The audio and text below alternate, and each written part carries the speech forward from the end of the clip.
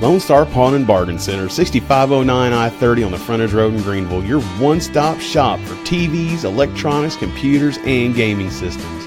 Lone Star Pawn offers a giant selection of hunting, fishing, outdoor gear, and firearms. We have the best prices on diamonds, gold, and jewelry. We got everything from lawn and garden equipment to job site tools and musical instruments.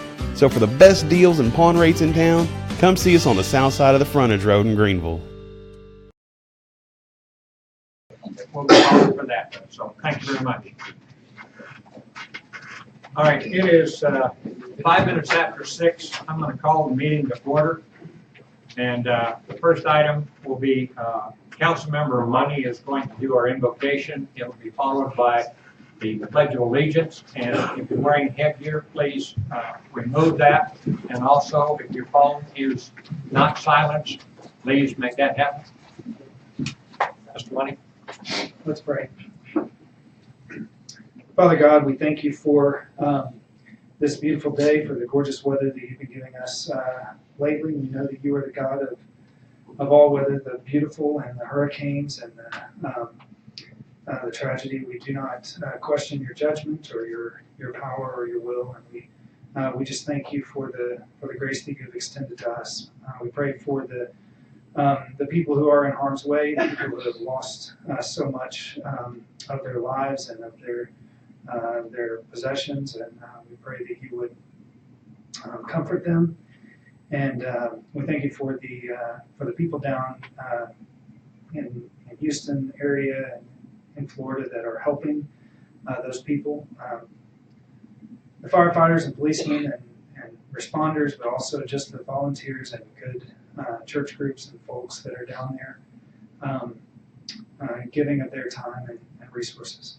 Pray for our council tonight as we make decisions on our budget, how to spend the people's money, and be good stewards of it. Pray you would guide us in wisdom. In Jesus' name, amen.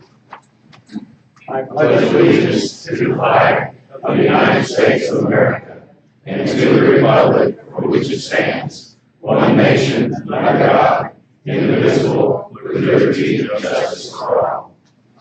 Thank you.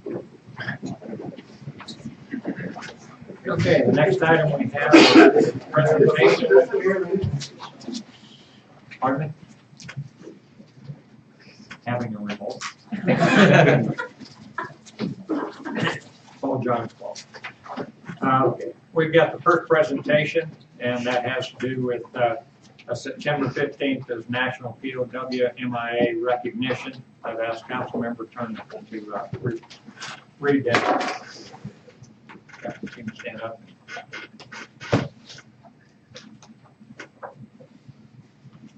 Thank you. As a retired naval veteran, a disabled veteran, and a member of City Council, it gives me great pleasure in reading this proclamation. And it states, we, the Mayor and City Council of the City of Greenville, Texas, do hereby recognize POW MIA Recognition Day.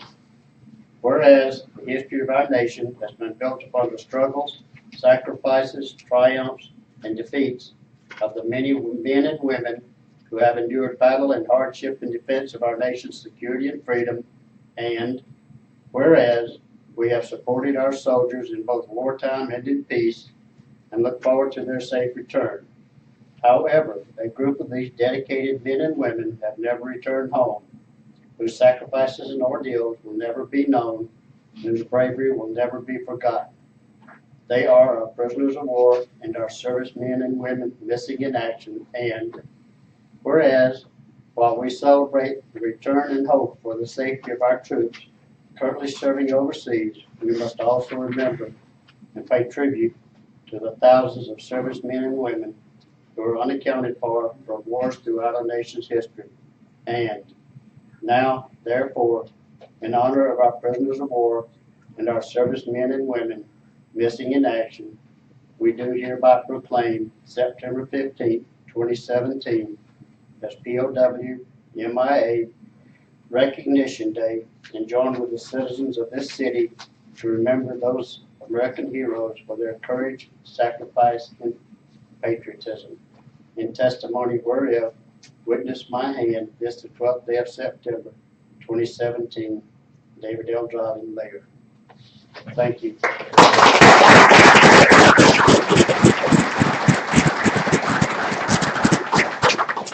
And along that line, I know that today's the 12th, but let's not forget what happened a long time ago on the 11th.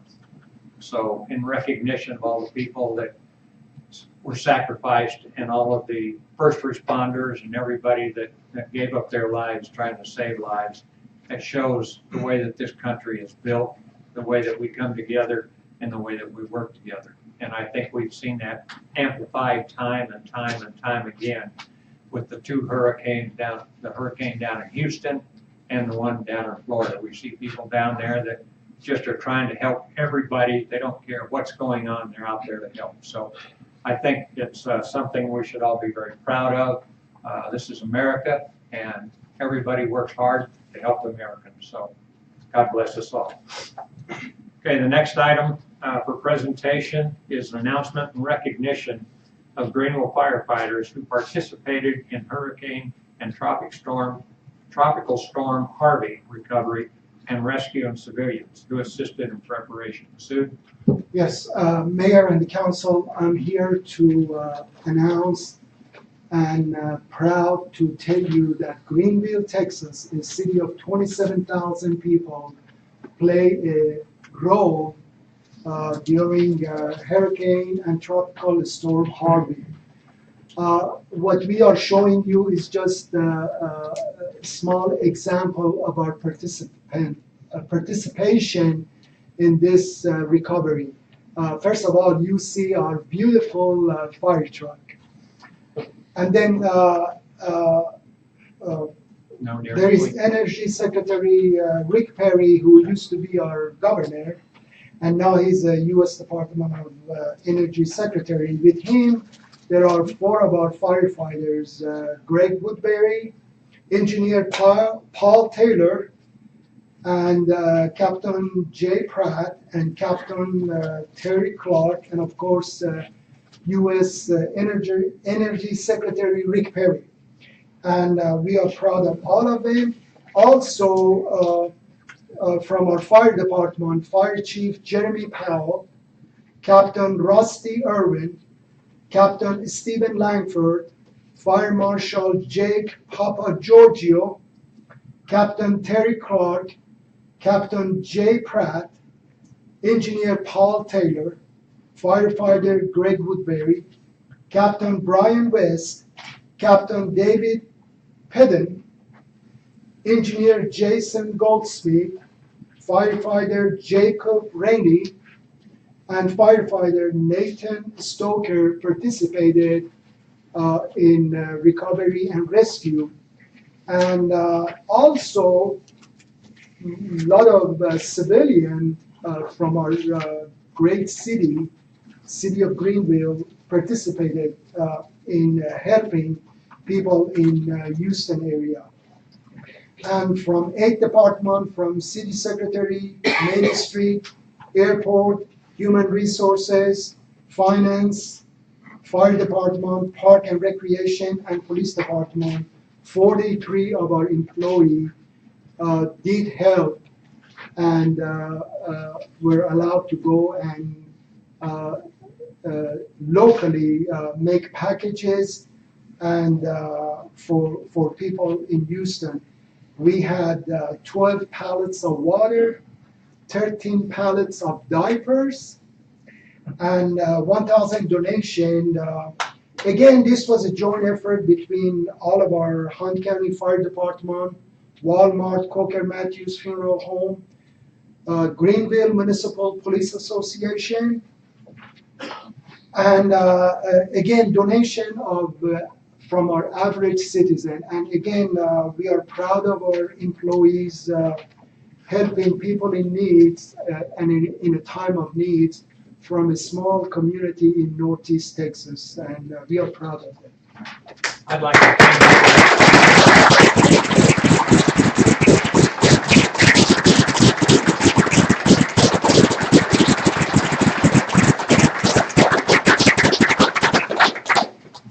a dedication from a lot of people, and I really wanted to see the recognition for the people that, you know, their lives were in danger and their families had to sacrifice so that they could go down and help people like this. And I think it reflects well. So thank you very much on that. Next item, item 5, citizens to be heard. Citizens are invited to address the council on topics not already scheduled for a public hearing. Please complete a citizen's comment card and present it to the city secretary if you haven't already. Speakers are limited to 3 minutes and should conduct themselves in a civil manner. The city attorney will keep the time and display when your time is up. Please watch for his notes right here in the corner and keep track of your time that way. The city council cannot take action on items not listed on the agenda in accordance with the Texas Open Meeting Act.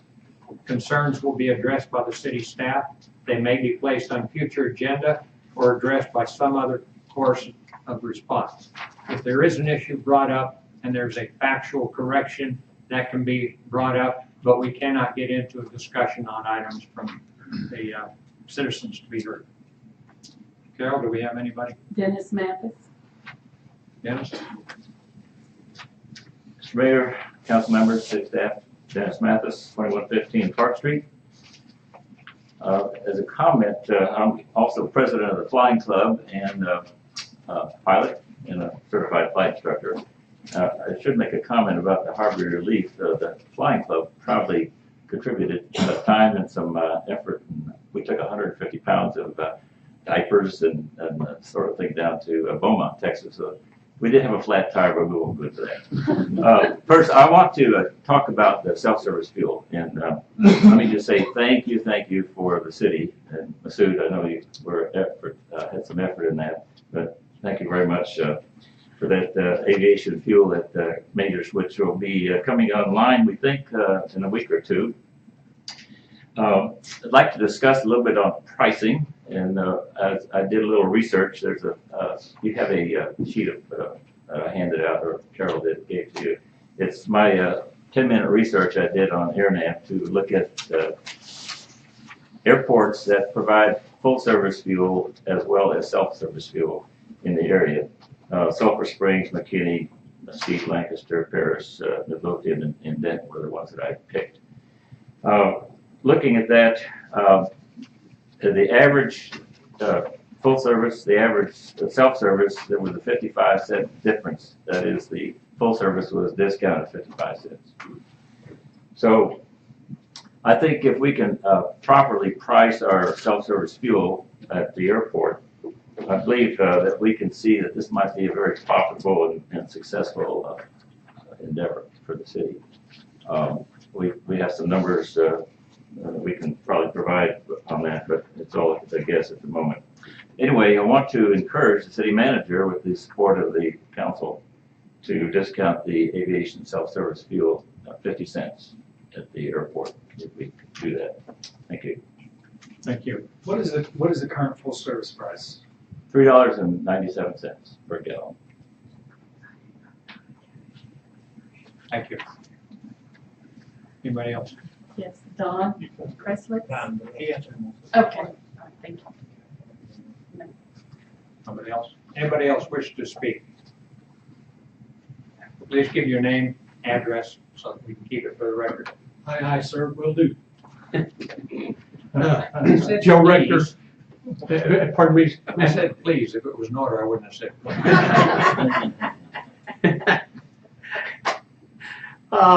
And being an old Navy chief, I won't tell you what I'd respond. Joe Rector, and live at 6804 Gamecock Court here in Greenville. And I had to get permission from my wife to come here and speak. And in order to do that, I had to promise her that I would point out to this august body once again that the builders, whenever they built the Cedars Edition, they got the name of our street wrong. The Gamecocks, University of South Carolina. It should be Roll Tide Way. My wife is a native of Alabama, so anyway, I just wanted to say I concur with Dennis Mathis and would encourage this august body to set the price at a 50-cent discount. I I'm also a retired aerospace engineer, so I crunched some numbers earlier. I can see that once the word gets out that you can get aviation fuel here for $3.50 a gallon. You can easily sell 36,000 gallons a year, and at $3.50, that comes out $126,000 a year. And I think those numbers are very conservative. So again, I'm making the same plea that Dennis Mathis made. Thank you. I'm surprised that you, retired Navy chief, had to get permission from your wife to speak. Commander, she holds the rank of admiral. Anybody else wish to speak? Yes. Go ahead, Gene hold the mic- Morris. Hold the microphone down closer to you. There you go. Gene Morris, 520 Leatherwood Lane, Greenville. I wish to address the 75-mile speed zone change that's being announced in the paper. But before I do, I want to thank you for what you did for the hurricane victims. We have a daughter in Beaumont. Our grandson has been out of school. Hopefully we'll get to go back tomorrow. So any help you've been is much appreciated. Thank you. Jim and I travel a lot with 3 kids scattered all over from California to Austin to Beaumont. And again, Beaumont is a common traveling destination. It's Highway 69. To my knowledge, in all of our traveling on 69, it's the slowest town to get through in Greenville of the whole 69. And I'm just concerned about lowering another speed zone. Going through all those towns where they switch from one speed to another, and next thing you know, you got the lights going behind you. And I just hate to see us have another speed zone change. Thank you. Thank you. Anybody else wish to speak? Okay, thank you very much. We'll move on to the consent calendar. Carol? Resolution rescinding resolutions 1679, 1724, 1731, and 1746, which approve the offers to purchase tax-free sale properties. Resolution approving bids received on tax sale properties located at 3307 Pickett Street and 3721 Utopia Street. Resolution appointing a member to the Greenville Housing Authority.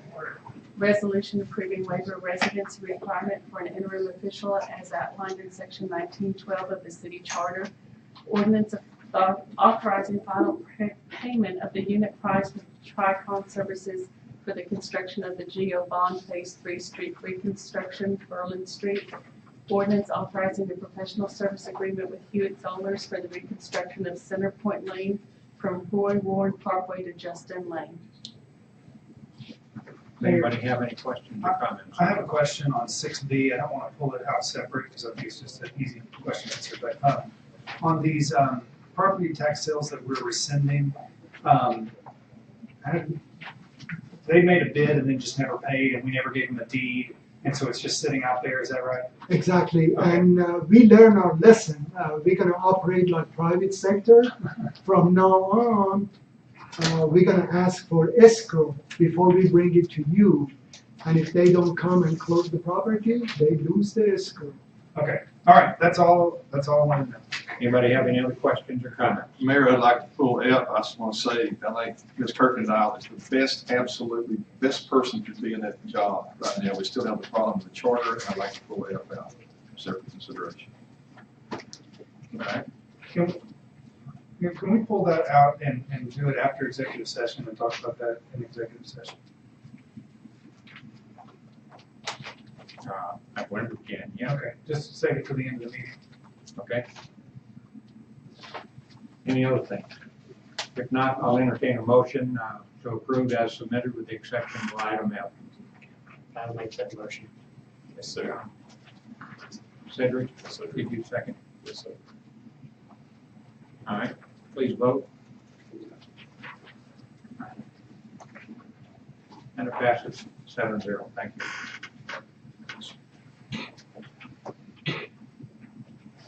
Well, before we move on, you're talking about the executive session for the attorney advice, because we're Right. gonna talk about her in Right. executive session. That's right. Okay. Just strictly attorney advice, right? Yeah. Yes. Okay, moving on, item 7, public hearing. And this is to hold our second public hearing on the proposed tax increase. Sue? Yes, Mayor, this is the standard calendar for our local government code to go through the process of our budget. Again, this is going to be our second public hearing for fiscal 2017-2018 budget before you. All right, at this time, I will open does anybody from council have anything to say before I open it to public hearing? Okay, at this point, I'll open the public hearing on this. Is there anyone who wishes to speak in favor of? Is there anyone who wishes to speak negative of? At this time, I'm going to close the public hearing. We will move on to item B, and it'll be our first public hearing proposed FY 2017-2018 City of Greenville budget in accordance with local government code section 102.006. This is the same process, no change. Is there anybody who wishes to speak in favor of? Anybody who wishes to speak against? At this time, I will close the public hearing. Thank you very much.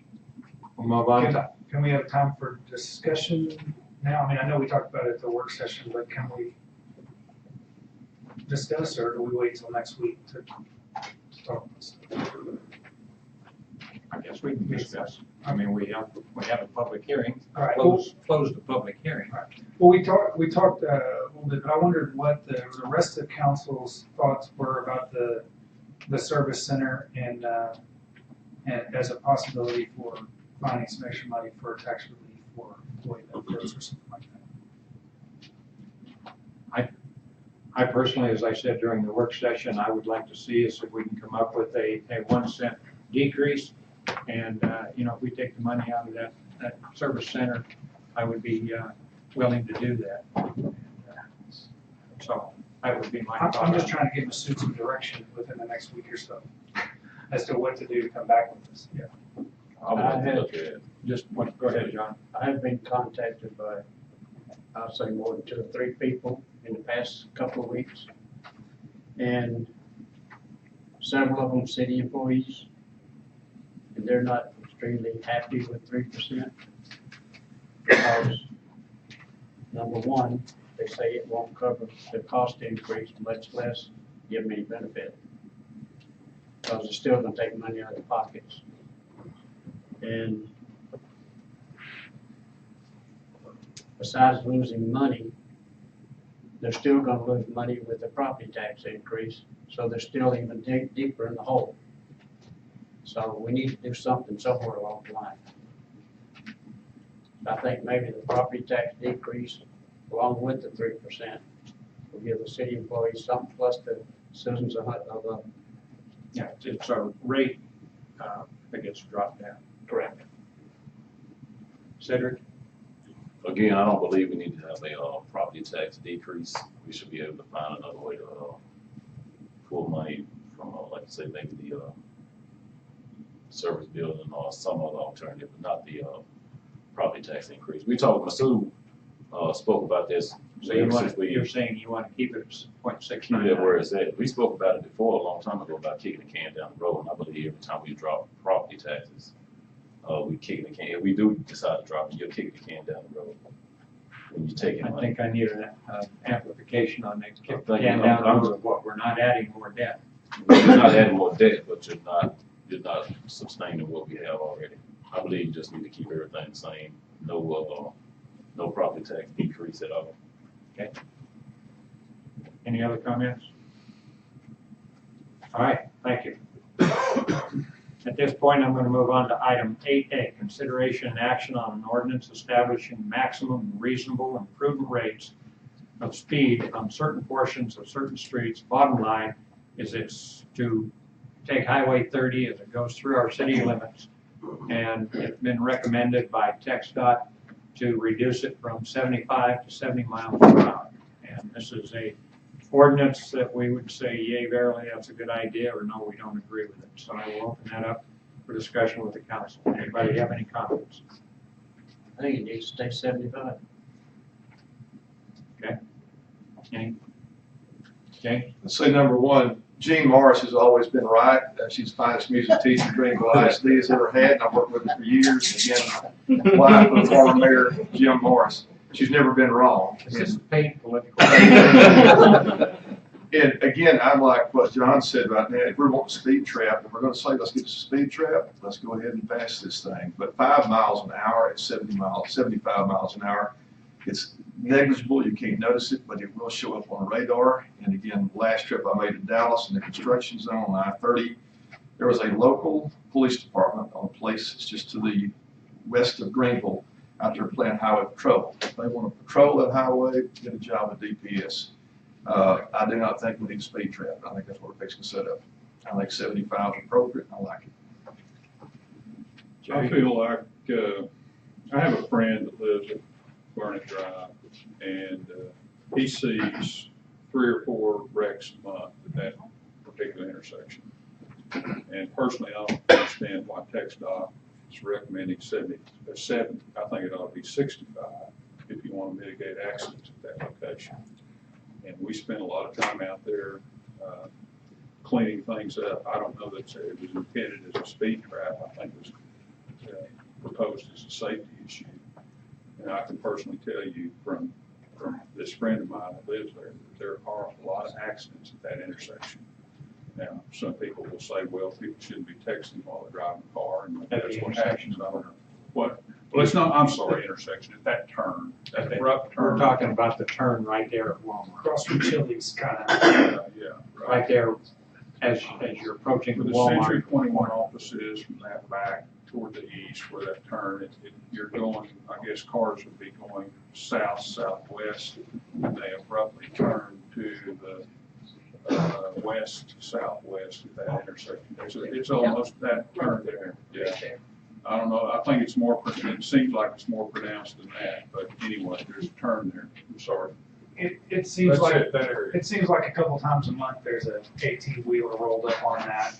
And I'm with Jerry, when I saw that it was 70, and I'm a guy that tends to pay attention to speed limits in places, not always to stay under them, but I don't want to be a speed trap, but that is a hazard right through there. It's a dangerous place, and we have a lot of wrecks there. And just go and look at all the tire tracks up on the concrete. I don't think that depicts how abrupt that turn is there, really. I guess it does, but it seems like it's much more abrupt than that. So I don't know what services, I don't know what purpose is served by reducing it to 70. I guess unless they want to change it to 75 or 65, I see no purpose in changing it myself. So is this a recommendation, or can we change the recommendation? No. You can't change the What recommendation. TxDOT does, they don't come to you with a number, say 70. They do a study, and basically the study came back with recommendation of 70 miles per hour. My opinion is I don't agree that it ought to drop to 70. I think it ought to stay at 75, because first of all, the people that are going through there, the chances if they're doing 75, that's in the slow lane, because most people are doing 85 or so in there. But as they go through there, if they see a drop of 5 miles per hour for 7 miles, they're not going to pay attention to it. They're going to go right on through. So we set up a radar track, and what I think's happening is when TxDOT lined that road up, instead of putting any sort of slope on there or anything else, they put in a situation that's generating accidents. I think people are going through there, it's flat, they're making that turn, and to me this is an attempt by TxDOT to say, well, we'll just reduce the thing instead of fixing what needs to be fixed, which is the way that curve is set. So I'm against dropping the speed. But until they do that, then isn't it prudent for us to let people know who don't drive that every day like us that you better slow down or you might end up in the. But it's not us that are having all the accidents. It's more the people that are big 18-wheelers that are going coast to coast or state to state.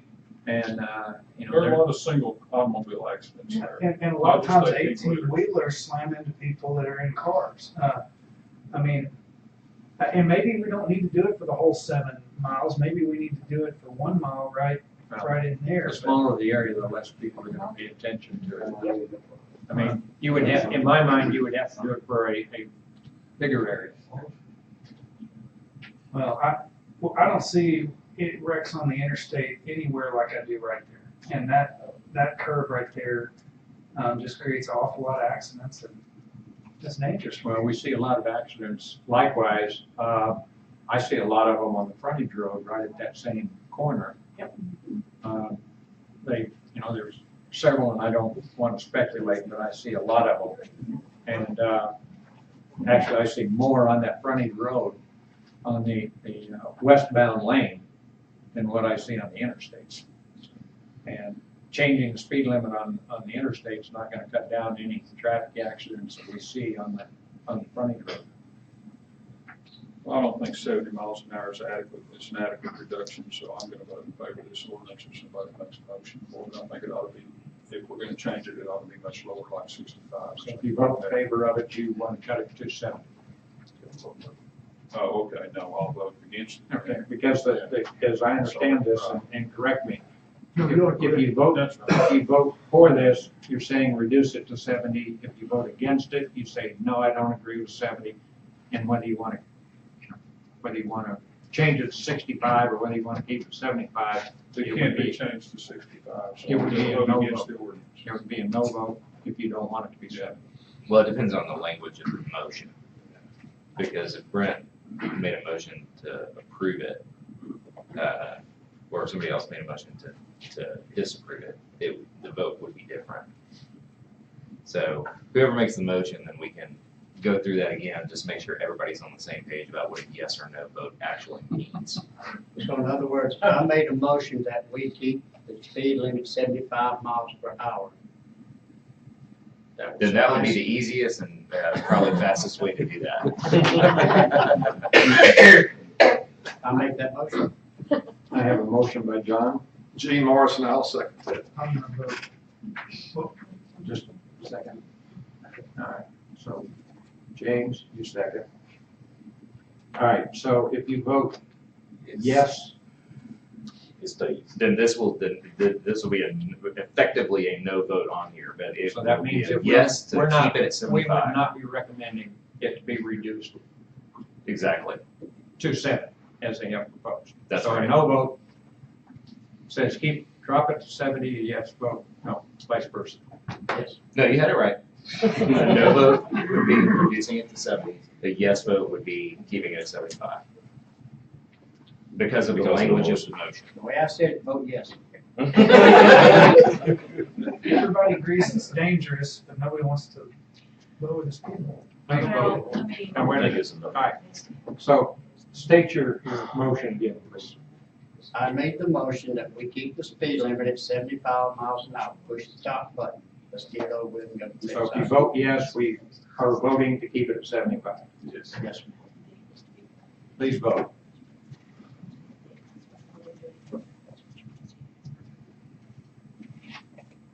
And we have 6-1. With Brett saying no. You want to? That way I won't be deposed, maybe. You want 85, or you write it, right? All right, moving right along. Resolution 9A, consideration action on a resolution selecting grant administration for the 2017 Texas Capital Fund Main Street Improvement Grant. Thank you, Mr. Mayor and City Council. The City of Greenville is hoping to make application for the Texas Capital Fund Main Street Grant for some downtown sidewalks. The application's due mid-October, and this item is the selection of Trailer and Associates to assist in both the completion and submission of the grant application. And if we are awarded, they would receive grant. It'd be a grant administration itself. So what this does is strictly say, we want these people to apply for the grant for us. Yes, sir. And if if we're selected for the grant, then they would be the administrators of the grant. That is correct. I wish it was that easy. There's a lot of work involved in our end as well, but Not if we just they vote. will assist You in know, the submission. if we vote for these guys, it gets easy. If there is no charge to the city of Greenville if we are not awarded the grant. And if we do receive the award, a contract will come before, to us at that time. Okay. I'll entertain a motion to, is there any discussion? I'm sorry. And what kind of things are they gonna be telling the grant, folks that we're trying to do? What are they gonna be asking money for? Downtown sidewalks, it probably will do, the maximum grant is $250,000. The actual application, the support for a grant application itself will come to you at the next city council meeting. But it will be for downtown sidewalks. It does the concrete. It does, if there's utility lines underneath it, it does lighting. If we add any trash cans or landscaping or benches, that is part of our match. Do we identify what we want done, or is this a grant and then we can spend it accordingly? I mean, do we say we want to replace the electronics and put in benches, or do we say we want the grant? We will identify What we would budget. do with that money? Yes, Okay. we will identify a budget. Any other questions or comments? Yes, is this person one of the same three, pardon me, that Mr. Ibrahim suggested a few months ago as someone who might be considered to help the city develop a plan for the direction where the city intends to go with the overall revitalization of No, this Greenville? person is only a grant administrator, strictly in helping to get a grant for downtown sidewalks. I know the city's used them before, but TDA, Texas Department of Agriculture provided a list of grant administrators, pre-qualified. They gave us a list of 20. We had to select 3 to get a proposal. Trailer and Associates sent a proposal. We did not hear from one, and the third said they're too busy. Thank you. But the answer is no. Anything else? I'll entertain a motion to approve the selection of Texas Capital Fund for the grant administrator. So moved. Holly? Second. Brent for a second. Please vote. And it passes 7-0. Thank you. Next item, consideration and action on a resolution approving the 2018 annual work plan for the Greenville Board of Development. Greg? Come wow us. Thank you, Mayor, Honorable Mayor, Honorable Council. Appreciate the opportunity once again this year to present to you our annual work plan and budget, which will be the next item. John, we have a video? Carol's got it. What I want to open with is a little video. It's nice to see where we've been, I think. One heading I'd love to see on the Greenville Herald banner is Greenville, Texas. These are the good times. Promise you, right now is the good times for Greenville, Texas. Can you give us a sheet of paper for that, Brad? Here in Greenville, we know a thing or two about peace and quiet. Nestled in the rugged oaks and rolling plains of North Texas, we're fortunate to have a first-hand look at just how beautiful life can be every single day. Wildlife, nature, classic American charm. We're still small enough to sit back and relax and know our neighbors. And like a lot of small towns, we're proud of our history and our heritage. But in the past 12 months, we're showing we know how to do something else too. Progress.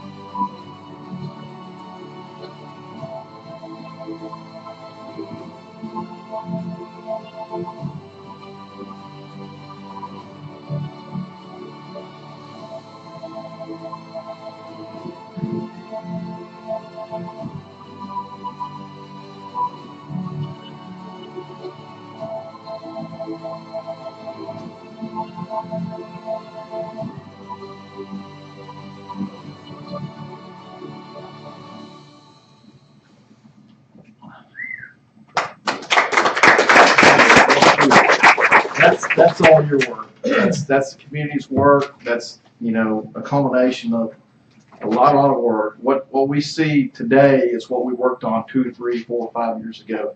So I know, you get into the little tiny details of 1 cent, 2 cent, things like this here today in this court, but, understand, the grand scheme of things. We're very blessed and fortunate to be where we are. And I want to visit with you real quick on the annual, I'm not going to take long, Mayor, I apologize, but the annual plan of work before you on August 15th was approved by the Board of Directors. We have a great board. I want to recognize our Chairman, Randy Tarpley, in the back here, and our Vice Chairman, Terry Thomas, my Business Development person, John Dixon, and my Finance, Contracts, and Budget Operations Manager, Barbara Carter's here. Back in June, July this year is when we start our budget process and our plan of work to get the ideas from the board. And we go through every meeting like this, and we go and we talk about things and what we're going to do for the next year. And the board gives us feedback. Staff goes in and prepares the document you have before you. They did approve this on August 15th, and I don't want to go through everything in here, but just kind of highlights a few things.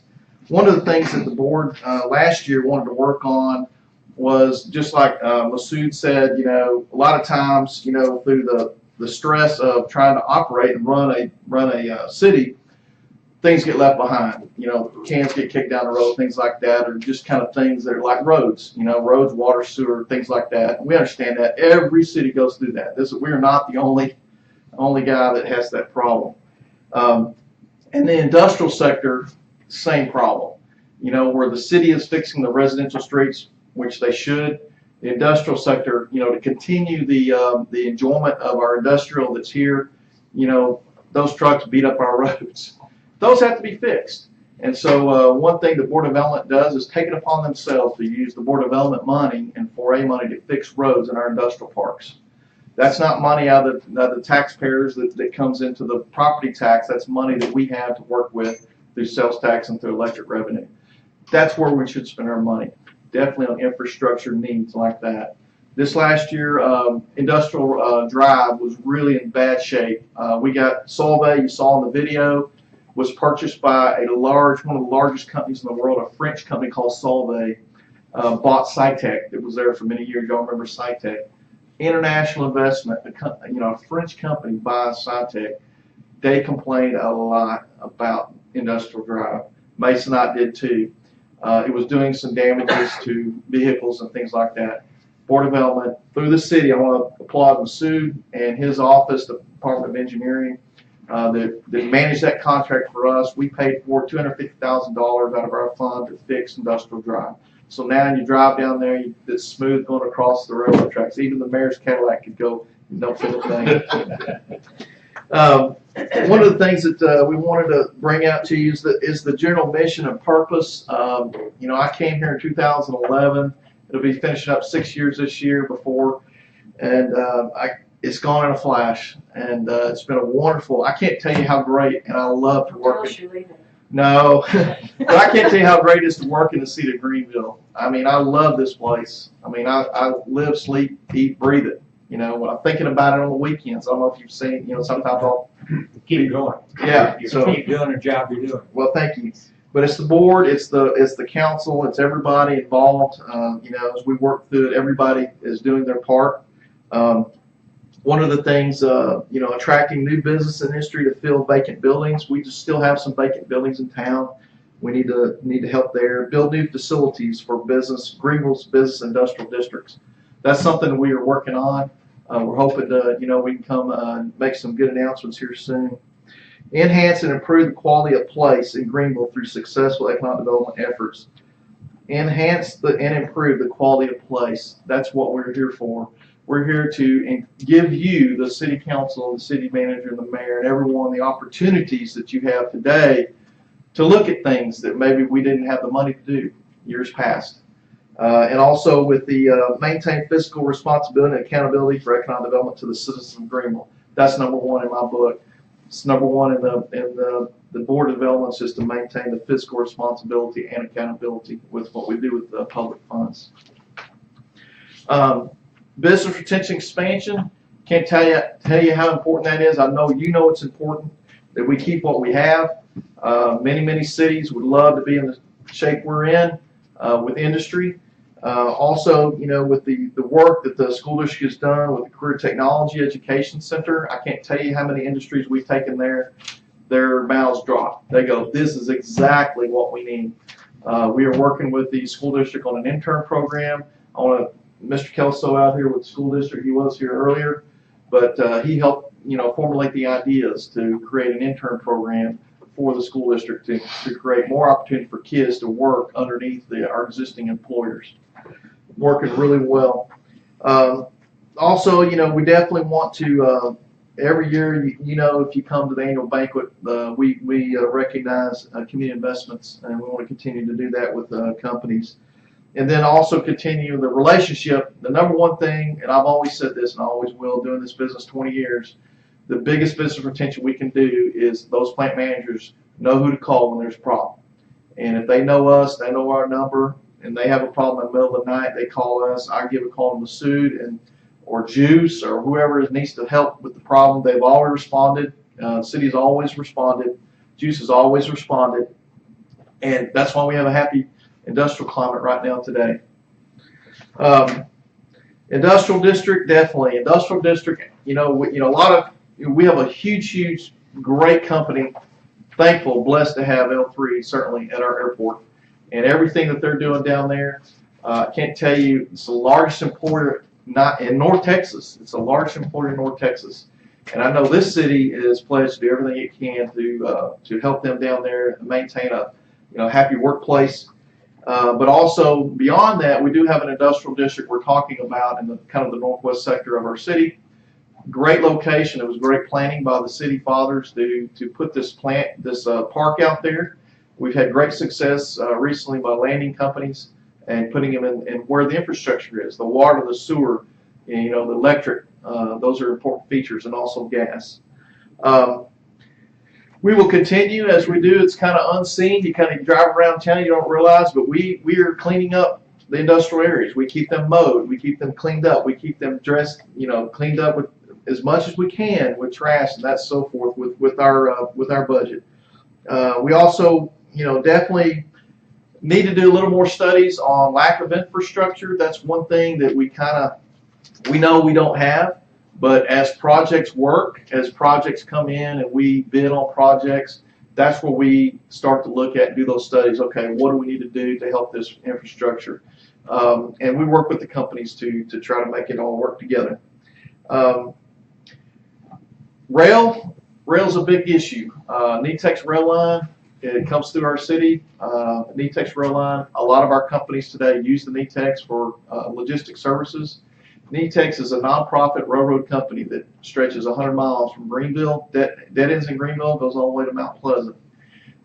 It is a railroad that it is not making much money at all. They do not have the infrastructure dollars to put into their rail structure. So, they maintain as best they can, but they, as FAA transportation regulations regarding their speed, they can only drive about 10 miles an hour, on these rail tracks. So, and that's not uncommon. There's places in other parts of the state that have the same situation, but it is a nonprofit railroad that leads to a for-profit operator. But just for us to keep that in mind, that as we go forward, there might be things we have to do there. Key development projects, definitely industrial is something that the board has always been working on. From the beginning of the creation in 1941 of the juice connection, Board of Development was created. Has always been on business, develop business. That's something the board has been focused on. Y'all picked some great people to be on our board, and they really adhere to that. One of the things that they definitely focus on, we have been in the past 5, 6, 7 years, has been retail development. And to let from 2011, our annual retail city sales tax revenue was $5.5 million. Today, that number is going to stand at $7.8 million. That's a $2.3 million in additional city or sales tax revenue to the bottom line of the city. When you divide that by 175,000, Mary, you get 13.3 cents on the dollar. So, if you want to look at it from that perspective, that's what we've done. Definitely, what comes with that, certainly, you have new buildings built, new property values and things like that. But definitely, the difference that the retail has made, I think, in the bottom line, both in the sales sector revenue, but also quality of life. We hear all the time, how much Greenville is helping the A&M Commerce recruit athletes, because they recruit them from all over the United States. And a lot of these kids, are from big metropolitan areas, and they go, and they get them to Commerce. Hey, where's Chipotle? Well, we don't have one, but there's one 15 miles. Okay, great. I'll come to Commerce. So, things like that happen. They told me that. And so, and that helps us, because their parents will come, they'll spend money and stay in hotels. They're going to stay in Greenville. They're going to spend money in Greenville. So it's a very holistic approach. One thing the board definitely wants to continue to do, is continue our downtown revitalization. This is not easy, and it is not quick. And our whole community is making progress. Every year we make progress on downtown. And we're going to get it back. I remember when I was in McKinney 2 years, that was kind of the tail end of McKinney's revitalization of its downtown. But believe me, 20 years ago, McKinney downtown looked as bad or worse than ours ever did. And so, we continue to put investment and capital in downtown and make it a great place. Brent Money's place, great place, beautiful building, that they did, and his wife did on that. We've got Barbara Moran wants to do some things down here. Definitely things are coming. We've got, the McCroskeys, working on Max American Grill. What a gym that's going to be. Bob Landon loves that. He thinks that's going to be great. Alamode Sandwich Shop. Those people are new to Greenville, and they came in and said, we see opportunity. That's what we want. We want people to spend their own capital and coming in and putting in stores and restaurants for us to enjoy. The one component, the hotel component. One thing the board feels like we're lacking is a hotel conference center. I've mentioned this before in that there's a hotel called the Hilton Garden Inn and Texoma Event Center that's in Sherman, Texas. I don't know if you've ever been there or driven by there. But the event center is approximately 15,000 square feet. The hotel is about 150 rooms. But it's right on 75 there in Sherman. One thing about our scenarios, we don't have that type of hotel conference center here. If we did, we would get more trade shows, we'd get more conferences, we'd get more, reunions, family reunions, high school reunions, things like this, athletic reunions, all kinds of hobby trade shows. And one thing, when you have a conference center attached to a hotel like that, they're involved with bringing in more hotel rooms that can fit in that hotel, which means the spillover effect of the other hotels, they're gonna fill up because we have this one component of the conference center attached to the hotel. And the way it needs to be operated is like a hotel. It needs to be operated with the same type of quality as you see in other places. So that's one thing the board continues to try to recruit is a hotel conference center.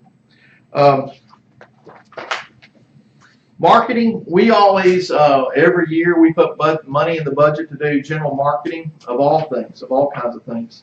One of the things that, we just got back, John and I just got back from working a retail show in downtown Dallas.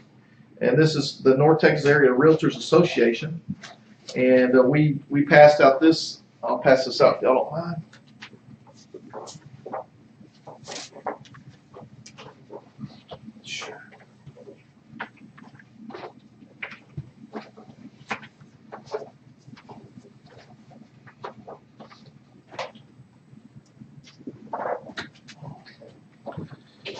You see, Thank you. if you see on this form, this is a demographic analysis study that our office did several years ago. This is the pamphlet we've used to help attract a lot of retail we have in our city today. And the most important thing about this is the 5-mile radius retail trade area is basically our city limits. And when you look at that, the retail potential within that city, that 5-mile radius, the residents who live in there, when you run all the demographics as far as what they can pay in retail potential, what they can provide in retail sales tax, it's only, I'm talking about gross sales, $368 million a year is only what that 5-mile radius can do. What it's really doing is $674 million, and it's up 8% over last year. So what does that mean? That means we're getting a lot of people coming here from outside of Greenville to shop in our town, to eat at our restaurants. If you've noticed, I've heard many people from Greenville have been here a long time tell me they go to a restaurant now and they don't know anybody. They used to know everybody. And so, that right there tells you the cash register is ringing from a lot of people come from a lot of places.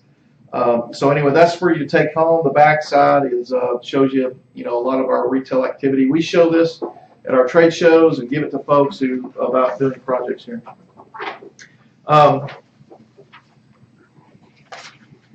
Downtown Economic Development Tourism Committee.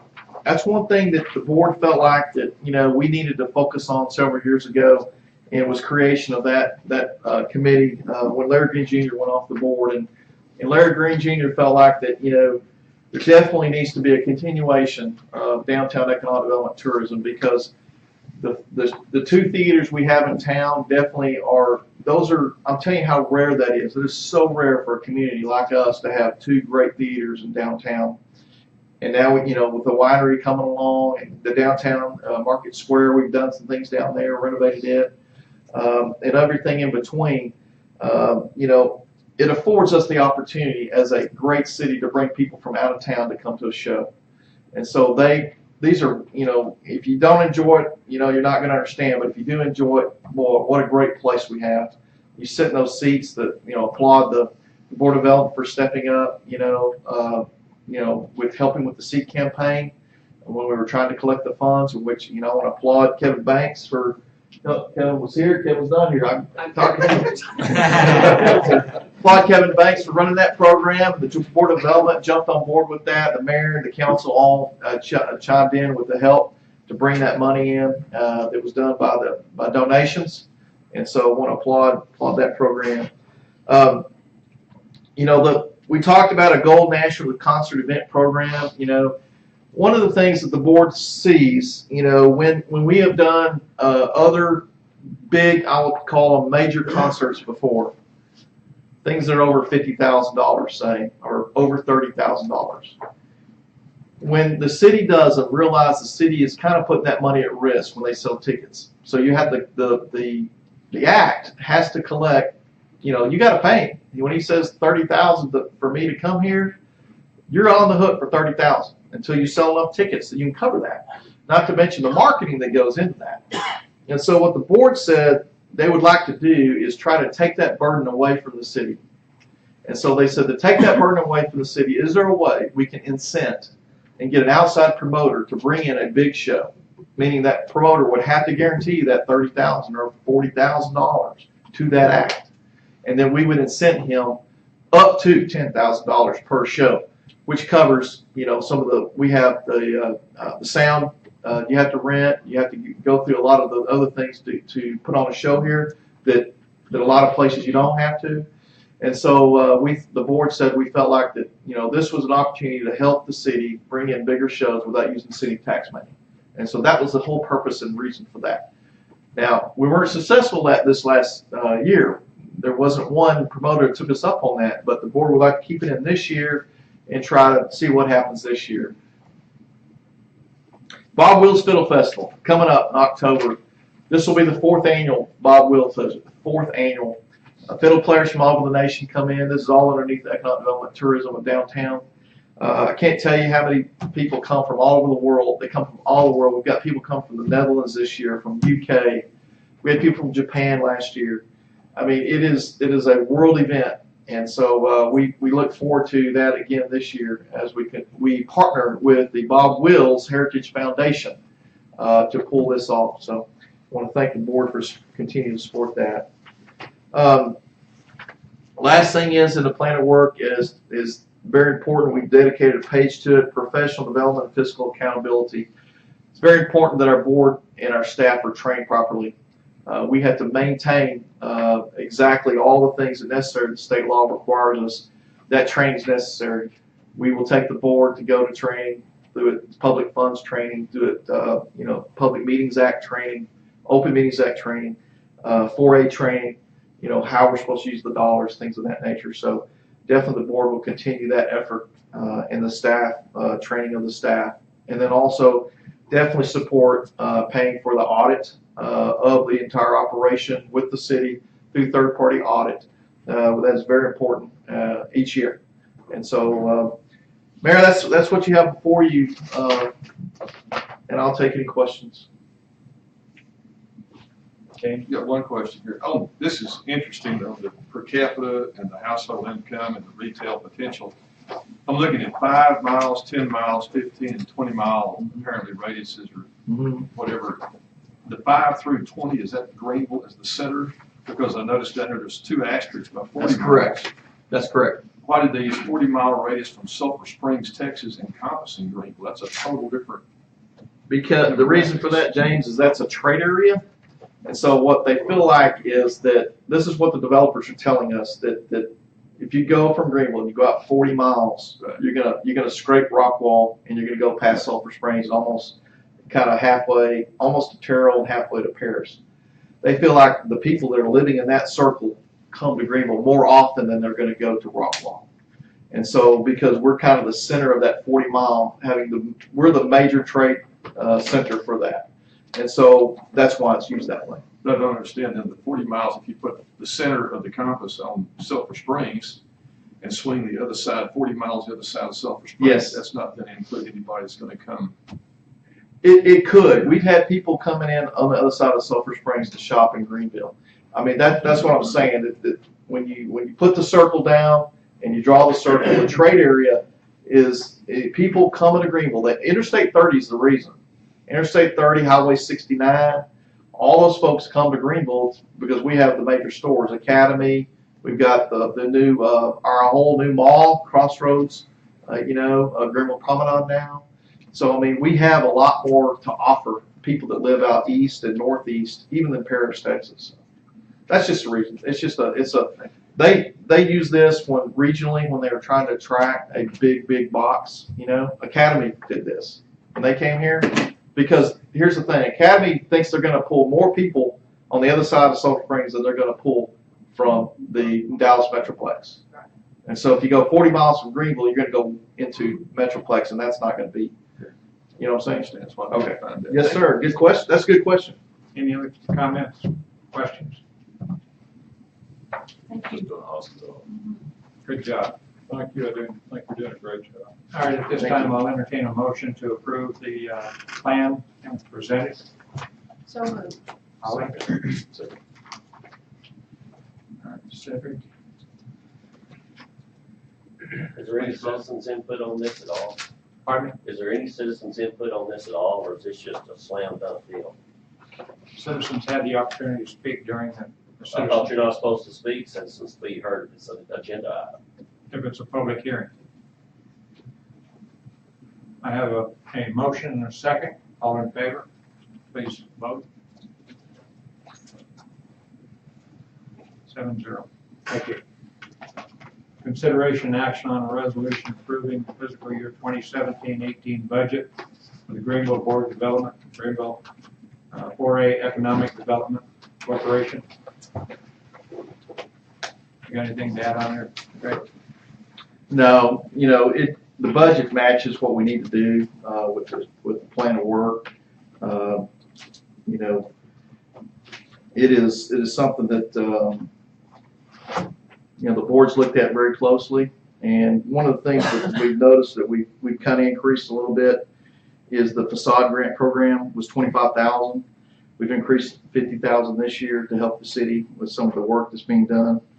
The incentives that we have built in here take care of some things that we need to take care of, and for future. Again, the bottom line of the we're not going to spend all this money, but it's there if we need to. And the miscellaneous project incentive reserve fund, in both accounts, we definitely would be there if we get a future project. With that being said, the revenue, we expect the juice revenue to be, coming out about $484,000 next year, and sales tax maybe to come in 4A about $653,000. So again, our 4A is not half-cent sales tax, which most are in the city of Texas. The state of Texas. Most are half-cent sales tax cities. We're an 8-cent sales tax city. So we're doing more with less as compared to the rest of the state, but definitely a bonus is having juice. If we didn't have juice, we really would be doing less. So, I think your returns there, when you look at all the numbers for the sales tax and the property values and the jobs we're creating, I think the returns are there. And then again, we're trying to keep as much in line as possible that we can work with the funds we have to work with. So I'll submit that to you. Any comments, questions? I got some questions, if you don't mind. Sure. On fiscal accountability, I appreciate that statement you made about fiscal accountability. Yes. And I wish, Mr. Sims, we'd had more than 1 8.5 11-sheet paper. It's about a $2.3 million budget, 2.265, I believe, with my glasses, 285. So almost 2.3 million. The question I've got, let's go back to the lease agreement. Right now we're paying $49,320 a year for lease. And again, I have not been in those upper floors of the old bank building, Greenville National Exchange Bank. It's still the post office to me, it's still the Greenville National Exchange Bank to me. Up there you have a floor, is it an entire floor? Yes. How many square feet have y'all got approximately? We have approximately, I think the whole floor is 4,500 square feet. And then our section of it, I think we sublease to Representative Flynn's office. I think they're at, Barbara, are they 1,200 square feet? 1,200 feet, I think? No, I think about 2,000. Don't have that number right now, but something like that. Then you've got how many employees in Board of Development? We have 3 employees. 3 employees. Y'all are using how many square feet approximately? Well, we're using the remainder, so yeah. Okay, we got 49,000. Back when the city owned that building down there, I understood why we had that much space and the location of it. Could we find, is it possible to find a more convenient for people to get to, a more size appropriate location for the Board of Development to operate on that would be cheaper than the $49,320 for the lease payment a year? We could. I mean, we do have board meetings there. We have other meetings there that take place of over 20 people. We have file rooms, we have storage rooms, that are there. We could. I mean, it's up to the board. We just have to ask the board. That would be something I would raise as a question. Again, it made sense when the city owned it right there in the county. It was owned that building, and I don't think we just necessarily owe the county to continue leasing a building, that we might find a better, more appropriate place for y'all. That's Yeah. one thing I'd I like can to tell think you, about. I mean, I mean, if you want to call it this, I mean, when we get developers up there and we get company representatives and owners of companies and things that are bringing multi-million dollars worth of capital investment and jobs to our community, when they come there, they're very impressed. So, you know, when they come up to our floor, you know, one thing I look at economic development, you know, it's really your sales office for your city. And so, you know, do you want to put the best foot forward to show a guy who's not from here, doesn't have any affinity or, you know, anything about Greenville, doesn't know anything about Greenville, and bring them into a smaller or a, you know, something that's not as nice, something of that nature. I don't know if you want to do that. I mean, when we bring folks up there, again, these are future, you know, folks, developers, brokers. You know, we have a big map, you know, aerial in our boardroom, and it's not ours. This is the city's. I mean, this city is, we're out there doing this for the city. Everything we do is every day is try to bring money to the city so that you guys can make your best decisions on how to use that money for the benefit of all the citizens. So it's a sales office, you know, so I think you just got to keep that in mind. But I appreciate it. I'd still like to take a look if we could and see what I'll other ask the things board. are available to look at. And Sure. we might find something even more convenient than the building we currently have. I'll ask the board, yes, sir. The other question I've got is item number 10. Yes. Explain to me, and again, I wish we had more than just a 1/8.5, 11 sheet of paper. What is the other splash loan repayment? Okay. I saw $20,000 last year and $20,000 Right. again this year at Splash Kingdom. Sure. When we did the water park project, what happened is when they finally got their plans and paid for the building permit and their impact fees, it was in December of, I forget the date of that year that they got their plans. The first meeting in January, it was kind of like the last 2 weeks of December. The water park developer went in and paid for the impact fees, which are I think they were about $100,000 at the time. And in January, the first meeting in January, the city council waived the fees, the very next meeting. And he came back and said he was very upset with that we didn't divulge that we were going to do that. He said, I would have waited till January. Why did you come and tell, you know, why did you not divulge that? And frankly, you know, we just said, look, you know, you need to come see council meetings. You know, he didn't come down here, you know, and so I went back and I asked I talked about it with the city manager, talked about it with the mayor at the time, and I said, you know, is there anything the city can do? The guy's very upset, you know, with this, and he just felt like the mayor and the city manager at the time felt like that, you know, no.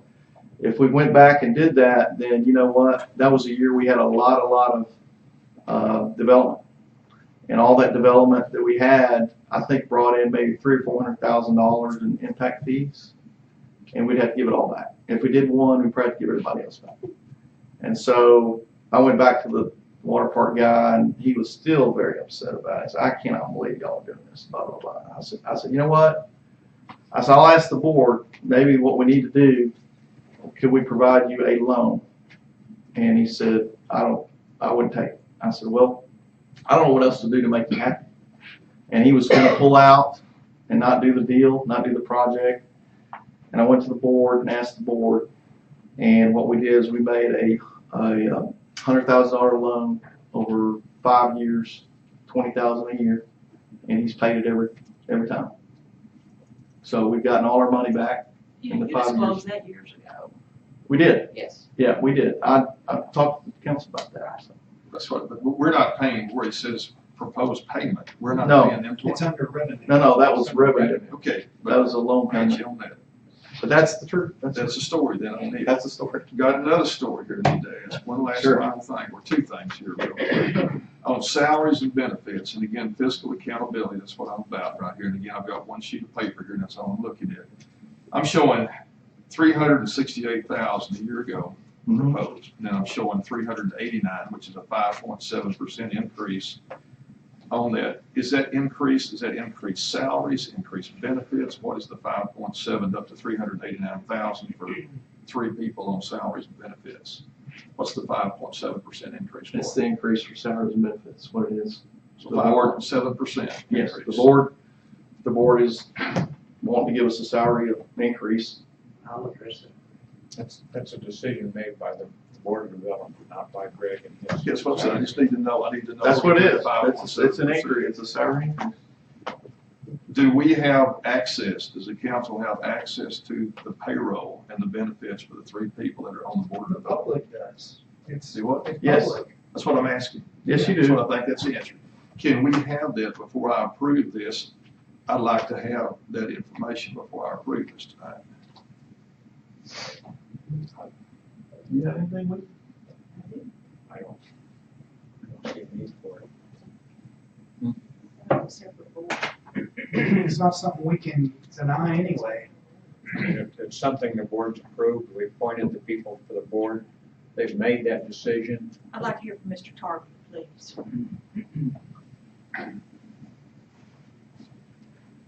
Thank you, Mr. Mayor, Council, City Manager.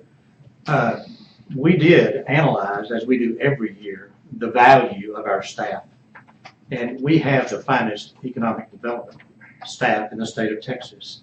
And I think you have seen the results of that just in a brief video, and we got more to come.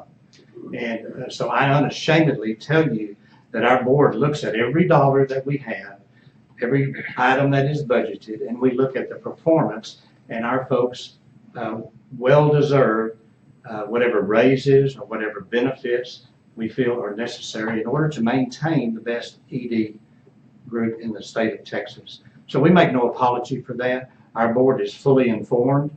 Our board voted on it, and our board has presented it to you, and we would like for you to approve that. But again, Mr. Tarpley, I'm being asked tonight to approve something. I haven't even seen what the salaries are. Well, we have presented it to you in the format that we're required to do in open session. But this is a $2.3 million budget. I've got 8.5, 11 sheet of paper. Well, I'd just like the information. that's the format, Mr. Evans, that we have. And I think, that's not any different than it's ever been presented in my understanding. This is my fourth year on the board, and I believe that is the format as long as we have done it. It's always been presented like this. Yes. This is a $25 million budget, or 50-something million dollar budget when you take into water and sewer. And it just says personnel, fire operations, 4.2 million, 4.5 million, whatever. I mean, it doesn't But I list. come down, I get that from Mr. Ibrahim when I need it. I can come down and ask if it's public information. That's what I'm just trying to say. If I'm gonna vote on the budget, we're looking at payroll increases for staff. And then I know GBOT is not city staff, but if I'm looking at a 5.7% raise, I don't know if that's for one person. Say everybody's getting 5.7 across the board or what. This is a large portion of the budget. I just like to have the information. I'm not saying I wouldn't vote for it. I just need to know what it is. All right, does anybody else want to hold up vote on that? I don't know for approval. Well, I'm asking a question. I call for the It's a question. second. Yeah. I'm sorry. I call for the question, I sir. heard that. You Okay, need I'm to sorry. vote on this. Yes, yes, I'm sorry, I didn't think you heard me. I'm sorry. I heard that. I'm sorry. I was trying to clarify. Is there a motion? Yes, I There's made a been motion to approve. Sorry. Okay, so Brent has made the motion to approve. And Holly seconded it? Yes. Correct. Okay, sorry. All right, so if you vote yes, you're voting to approve the budget. If you vote no, you're voting to not. Please vote. It passes 6-1. Thank you. Thank you. Thank you. Again, it's a good time being in Greenville, Texas, so thank you all very much. Thanks for Thank you for everything. the job you do. It's great. Okay, moving on to item 10, city staff council reports. Do we have anything from the subcommittees? If not, we'll move on to item 11, council discussions, proposed agenda items. I think we've talked a lot about things that we want to see on the budget. Anything besides budget issues that somebody thinks we need to have on there? Okay, any questions on board and commission minutes for the planning and zoning meeting and the library advisory board minutes? All right. It is 7:25, and at this time we will go out of open session and go to executive session to discuss items as listed, but it will be in accordance with 551.071, 072, and 087. And also we'll have a legal discussion on item F of the consent. Hey, this is Paul Kelly with Allstate Friendly Insurance with a way to save you money or make you money. If we can't save you $300 on any of your insurance, we'll give you $30. We have been in Greenville for almost 30 years at 9801 Wesley Street. Our phone number is 903-274-4949 and web address is allstatefriendlyinsurance.com. Give my folks a call, see if we can save you $300 on any of your insurance, or we'll give you $30 at 903-274-4949. God bless.